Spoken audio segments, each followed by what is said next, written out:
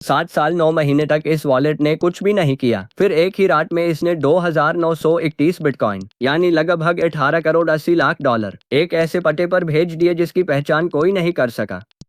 इन सिक्कों की पिछली हलचल अक्टूबर 2018 में हुई थी, जब बिटकॉइन का भाव करीब $6,475 था, यानी मालिक लगभग 10 गुना मुनाफे पर है और तब से हर गिरावट और तेजी चुपचाप देखता रहा।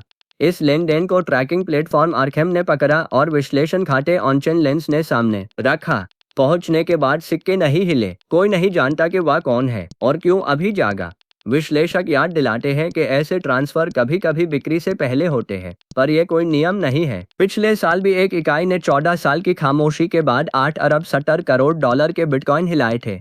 ते बस इतना है, किसी ने अपने बिटकॉइन को लगभग 8 साल भुलाए रखा और आज उसे छूने का फैसला किया।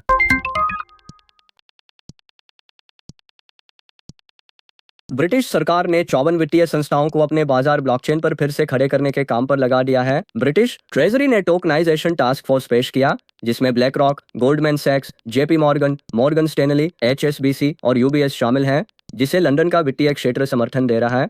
अगुवाई क्रिस वुलार्ड कर रहे हैं, वित्तीय आचरण नियामक के पूर्व प्रमुख। 1 साल तक समूह असली टोकनाइजेशन पर काम करेगा। शुरुआत टोकनाइज्ड रेपो से, जहां बैंक अपनी परिसंपत्तियों के बदले रात भर के लिए उधार लेते हैं। बोस्टन कंसल्टिंग ग्रुप का अनुमान है कि टोकनाइज्ड वास्तविक परिसंपत्तियों का बाजार 2035 तक 88 खरब डॉलर तक पहुंच सकता है। तुलना में पूरा क्रिप्टो बाजार आज करीब 3 खरब डॉलर का है। वुलार्ड की रिपोर्ट के मुताबिक ये बदलाव ब्रिटिश अर्थव्यवस्था में हर साल 33 अरब पाउंड और 14 अरब पाउंड का कर राजस्व जोड़ सकता है। बैंक ऑफ इंग्लैंड 2028 में अपने सिंक्रोनाइजेशन पायलट को आगे बढ़ाएगा। वुलार्ड ने साफ कहा, यह एक दौड़ है और ब्रिटेन को सबसे तेज खिलाड़ियों की रफ्तार से चलना होगा।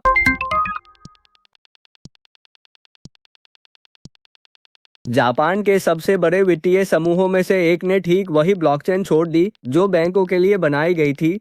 एसबीआई होल्डिंग्स अपनी ब्लॉकचेन पहल को कोडा से हटा रही है, जो आर3 का बनाया अनुमति आधारित नेटवर्क है, और उसे सोलाना पर ले जा रही है, जो एक सार्वजनिक चेन है। जिस इकाई का नाम पहले एसबीआई आर3 जापान था, वह अब एसबीआई सोलाना ग्लोबल कहलाएगी। यह स्टेबल कॉइन जारी करने, वास्तविक परिसंपत्तियों के टोकनाइजेशन और कृत्रिम बुद्धिमत्ता एजेंटों के भुगतान ढांचे का काम सोलाना फाउंडेशन और सुमिटोमो मित्सुई के साथ मिलकर देखेगी। सौदा एक वाक्य में है, बंद नेटवर्क नियंत्रण देता है, सार्वजनिक चेन पहुंच देती है, और एसबीआई ने पहुंच चुनी। दांव छोटा भी नहीं है। पिछले महीने समूह ने जापानी एक्सचेंज बिटबैंक को करीब 28 करोड़ 90 लाख डॉलर में खरीदने पर सहमति दी। अभी सब्सक्राइब करें